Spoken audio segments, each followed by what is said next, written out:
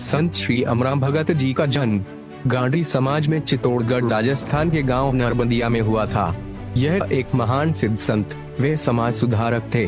इनकी कार्यस्थली की अगर बात करें तो पूरा मालवा और मेवाड़ रही है। भगत जी ने सामाजिक कुरीतियां, कुप्रथाओं, मांसाहार, शराबखोरी से दूर रहने का समाज को संदेश दिया है।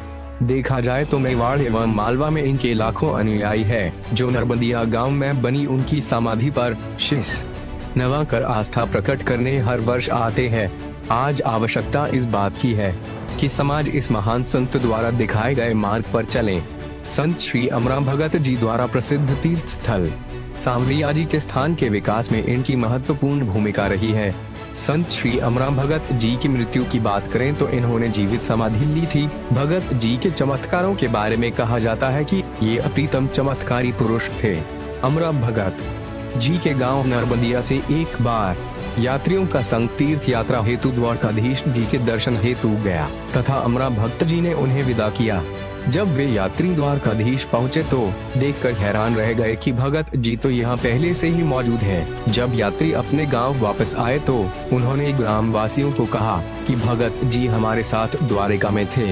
इस पर गांव वालों ने कहा कि यह तो प्रतिदिन यही भेड़ें चराया करते हैं, यह आपके साथ कैसे हो सकते हैं। अमरा भगत जी के बारे में कहा जाता है कि वे प्रतिदिन द्वारकाधीश जाकर स्नान कर प्रभु के दर्शन करते थे, जबकि अपने गांव से उक्त तीर्थ हजारों मील दूर है। एक मर्तबा भगत जी एक गांव में गए तथा वहां श्री देवनारायण देवरे पर रुके।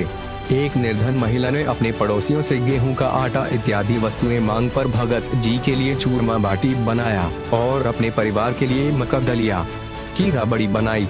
तभी भगत जी को आभास हो गया। उन्होंने महिला से कहा कि बहन, आपने घर वालों के लिए जो भोजन बनाया है मैं वही भोजन करूंगा। इस पर महिला ने छुपाते हुए कहा कि मैंने सबके लिए एक ही भोजन बनाया है, झूठ नहीं बोल रही हूँ। पर भगत जी ने कहा, आपने अलग अलग बनाया है, मैं केवल वही भोजन ग्रहण करूंगा जो तुमने अपने परिवार के लिए बनाया है। महिला आश्चर्यचकित रह गई और भगत जी के चरणों में जाकर बिखरने लगी। श्री संत अमरा भगत जी हमेशा अपने अनुयायियों से स्नेह करते थे।